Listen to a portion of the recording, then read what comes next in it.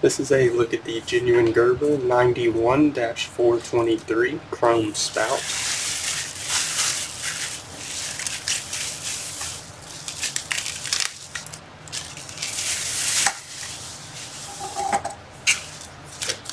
It does come with a wrench here for the aerator.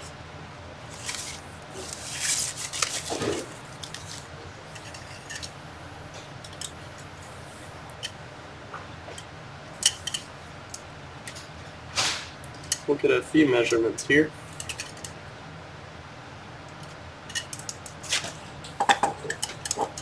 So on the bottom, the inside of this is a little more than a 1/4 inch, and then about 1.25 inches overall.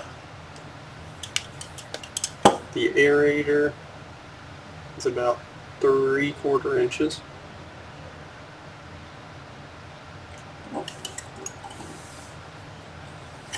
Then we'll go from here over to there. It's about 4 inches.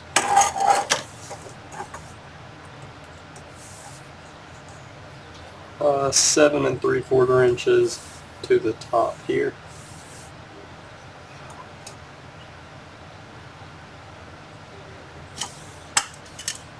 Once again, this is the genuine Gerber 91-423 chrome spout.